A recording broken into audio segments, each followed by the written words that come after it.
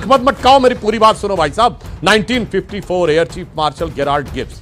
भारत का navy chief कब तक रहा है? 1958 एडमिरल स्टीफन कॉनराड। देखिए, मैं कहूंगा कोई भी समझदार व्यक्ति पल्ला ही झाड़ेगा, और राहुल गांधी जी ने तो अपने गांधी नाम को शर्मसार कर दिया। जब जेल में थे, वाह, तो आजादी पूरी थी। नहीं, राम कैसे अलग हो गए? मैं तो बड़ा क्लियर बोलता हूं। आप कौन से राम को मानते हैं? एक गोडसे महात्मा गांधी वाले राम के राम, एक गोडसे के राम, एक गांधी के राम, दोनों राम अलग राम एक ही है, दोनों का कोई कंपैरिजन नहीं है। आजकल गोडसे के राम नहीं, ये कहने की बात है, सबके राम एक हैं। जिसने गांधी को मारा, जाकर के उससे पूछो उसका राम कौन था, उससे पूछना चाहिए। और कौन उस फिलॉसफी को और आइडियोलॉजी को फॉलो करता है, ये पूछना चाहिए यहाँ पर। हाँ, मर्यादा ये सब बातें मुझे आप मुझे मैनिपुलेट मत करिए मेरी बात को। गोडसे के राम अलग थे, गांधी के राम अलग थे। गोडसे ने गांधी को मारा, गोडसे इस देश का पहला टेररिस्ट था और वो हिंदूवादी संगठन का था। तो राहुल गांधी के बयान पर अखिलेश यादव ने इंडी अलायंस से नाता तोड़ा और विवेक श्रीवास्तव इस पर कहने लगा कि महात्मा गांधी का राम अलग है और गोडसे का राम अलग है। तो सुधांशु त्रिवेदी जी विवेक श्रीवास्तव को अच्छा सबक सिखाया। तो चलिए सुनते हैं इस डिबेट को। उससे पहले इस वीडियो को लाइक, और अगर आप इस चैनल पर पहली बार आए हैं तो सब्सक्राइब करना ना भूलें। पिक्चर चालू करो बे।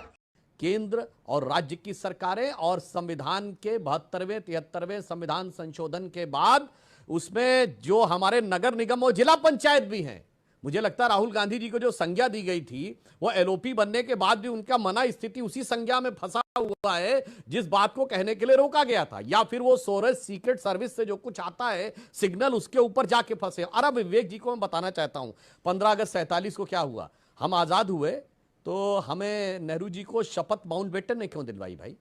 कोई ऐसा उदाहरण है कि गुलाम बनाने वाले देश ने शपथ दिलाई हो? अरे बाप रे, ये तो धोती खोल रहा है।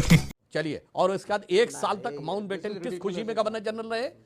वो तो ब्रिटिश क्राउन के प्रति समर्पित थे। चलिए और आगे सुनिए, अभी आराम से सुनिएगा। उसके बाद पता है आपको भारत का आर्मी चीफ कब तक ब्रिटिश रहा है? 1949 general Francis Roy butcher.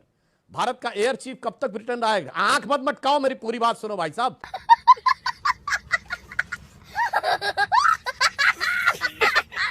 1954 air chief marshal Gerald Gibbs. Bharat का नेवी चीफ कब तक रहा है? 1958 एडमिरल स्टीफन कॉनराड। 1958 तक भारत का नेवी चीफ अंग्रेज रहा है, और भारत की नेवी का नाम रॉयल इंडियन नेवी, जो ब्रिटिश टाइम के रॉयल इंडियन नेवी कहलाती थी, वो 1950 तक, 1968 तक, बीच में चिल्लाइए नहीं। कैसी लगी? 1968, अब सुनिए, 1968 तक किंग जॉर्ज की मूर्ति इंडिया गेट पे रहती है। 1973 में अमर जवान ज्योति बनी, वरना उससे पहले इंडिया गेट पे सिर्फ ब्रिटिश सैनिकों के नाम लिखे उनको जाके सलामी देता था भारत का प्रधानमंत्री। 1997 तक भारत का जो बजट आता था वो शाम 5 बजे क्यों आता था? क्योंकि अंग्रेजों के जमाने में तय हुआ था कि जब लंदन में 11:30 बजे होंगे, यानी दिल्ली में 5 बजे होंगे, तब बजट आएगा। 50 साल भारत का बजट 5 बजे तक आता रहा। इसलिए यह थी ब्रिटिश उपनिवेशवादी मानसिकता जो हमारे उसमें। और आगे सुनिए विवेक। बंद करो, हाथ जोड़ के मैं। कांग्रेस सरकार के विदेश मंत्री नटवर सिंह ने लिखा है कि सबसे बड़ी समस्या यह थी कि हमारी सरकार यानी मनमोहन सिंह की सरकार पर अमेरिका का बहुत गहरी दखलंदाजी थी। अमेरिका नहीं चाहता था मैं विदेश मंत्री रहूं, इसलिए मुझे हटना पड़ा।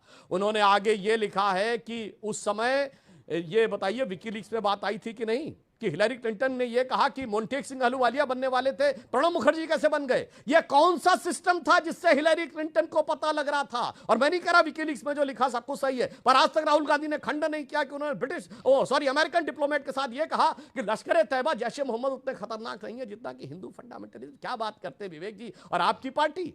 मित्रों, archive KGB one the world part 2 में क्या क्या लिखा है कि 70 के दशक में ब्यूरोक्रेसी, जुडिशरी, लेजिस्लेटिव सब केजीबी के कब्जे में थे। उन्होंने यहां तक लिखा है कि सीधे कांग्रेस पार्टी को पैसा आता था। मुकदमे दर्ज करने चाहिए कांग्रेस पार्टी को जाके, मगर सोच समझकर। उन्होंने लेटर्स तक कोट किए हुए हैं। समझ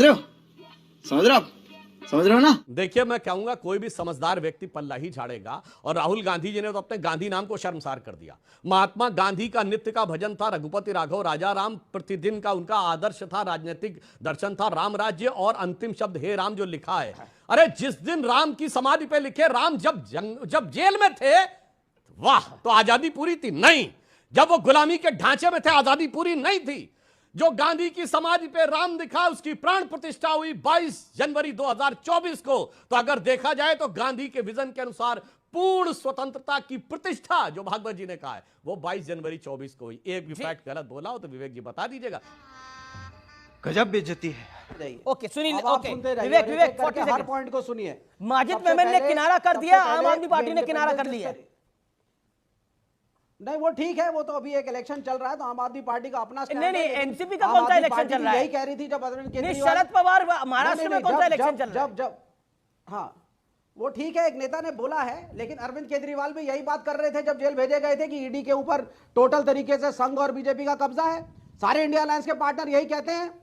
बड़ा मुश्किल हो गया हम लोगों के लिए सर्वाइव करना, इलेक्शन को लड़ना, जिस तरीके से बड़ी पूंजीवादी ताकतें भाजपा के साथ खड़ी हुई हैं। तुझे अक्ल है? तू क्या बोल रही है? और क्रोनी कैपिटलिज्म चल रहा है। जब ट्रांजिशन होता है इंडिपेंडेंस का, तो आप ये बैठे हुए हैं यहाँ पे सांसद हैं, ये कह रहे हैं साहब कि नेहरू जी हो गए, गांधी जी हो गए, नहीं, पर ये जितने डॉक्टर थे सुधांशु सबके सब त्रिवेदी ने बोला कोई कि independence का मोहन मतलब ही भागवत नहीं जी ने जो बोला था, एक सेकंड, 1968 जो तक। आरएसएस चीफ ने नहीं, बोला, आप एक मत सेकंड, बोलिए ऑडियो ना डाउन सर, करिए, मुझे ऑडियो डाउन बोलने- करिए। जो मोहन भागवत जी ने बोला कि उस जिस बयान को लेकर राहुल गांधी जी ने अपनी प्रतिक्रिया दी, क्या आपको नहीं लगता 22 जनवरी 2024 को वाकई जो महात्मा गांधी का हे राम था उसकी प्राण प्रतिष्ठा हुई है? महात्मा गांधी के राम अलग थे क्या, जिन प्रभु राम की प्राण प्रतिष्ठा हुई है अयोध्या के अंदर? बिल्कुल नहीं, कैसे थे बिल्कुल। राम? कैसे अलग हो गए बिल्कुल, राम? कैसे अलग हो गए? मैं तो बड़ा क्लियर बोलता हूँ। आप कौन से राम को दो मानते हैं, हैं? एक गोडसे महात्मा के राम, गांधी एक वाले गांधी के राम? राम, एक गोडसे के राम, एक गांधी के राम, दोनों राम अलग राम हैं। एक ही है, दोनों सबके का कोई राम एक कंपैरिजन है। नहीं है। आजकल गोडसे के राम नहीं, ये कहने की बात है, सबके राम एक हैं। जिसने गांधी को मारा जाकर के उससे पूछो उसका राम कौन था, उससे पूछना चाहिए। श्री और राम। कौन उस फिलॉसफी को और आइडियोलॉजी को राम फॉलो नहीं, करता है, श्री ये राम, पूछना चाहिए श्री यहाँ राम। पर। प्लीज ये अच्छा नहीं।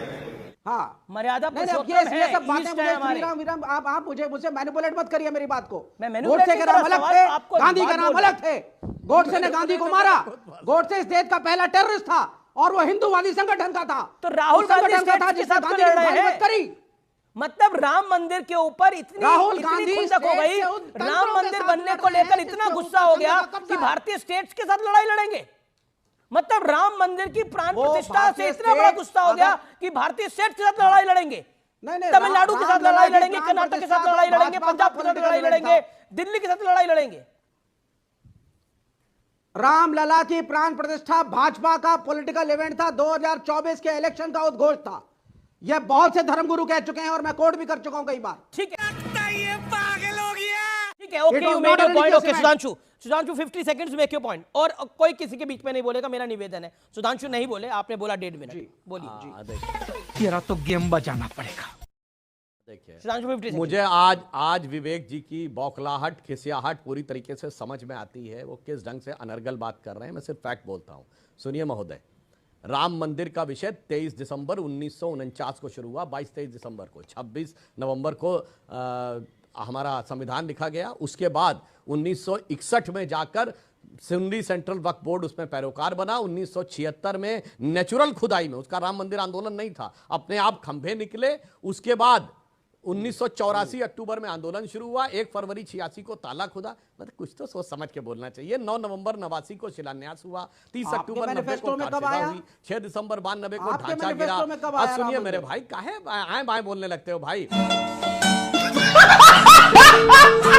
अप्रैल बता दीजिए ना 2003 डेट। में कोर्ट के आदेश पे नहीं, खुदाई मैंने हुई, एक जिसमें छोटा सा खंभे सवाल निकल पूछा के है आए। सर। 30 सितंबर आपके 2010 मैनिफेस्टो को में कब हाईकोर्ट आया का राम मंदिर? जजमेंट आया। फिर बोलने लगे आए बाएं बोलना शुरू कर दिए मेरे भाई। और 9 नवंबर 2019 को जजमेंट आया।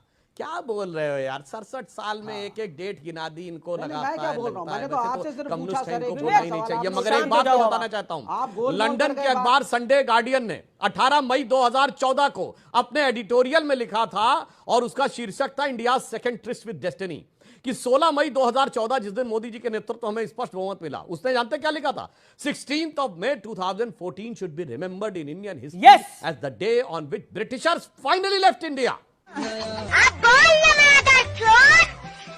और उन्होंने divider कहा in chief इससे पहले किसने जिन लिखा लोगों था? के हाथ में शासन था और 10 वो साल तक ब्रिटिश वीजा किसने उपनिवेशवादी रोका था मानसिकता मुख्यमंत्री का का? प्रभाव उनके ऊपर ये था। नहीं बताएंगे? पहली बार एक ऐसे विचार के हाथ में सत्ता आई है जो कि पूर्णता भारतीय है, उसमें ब्रिटिश उपनिवेशवादी मानसिकता का कोई प्रभाव नहीं है। ये खड़े हुए देखिए कम्युनिस्ट पार्टी ऑफ इंडिया, ये भारत की कम्युनिस्ट पार्टी है, भारतीय कम्युनिस्ट पार्टी नहीं है। कम से कम कांग्रेस, भारतीय राष्ट्रीय कांग्रेस तो लिखती है। ये विदेश की मल्टीनेशनल के इंडियन ब्रांच में भाषण दे रहे इंडियन। हाँ भाई, कैसी लगी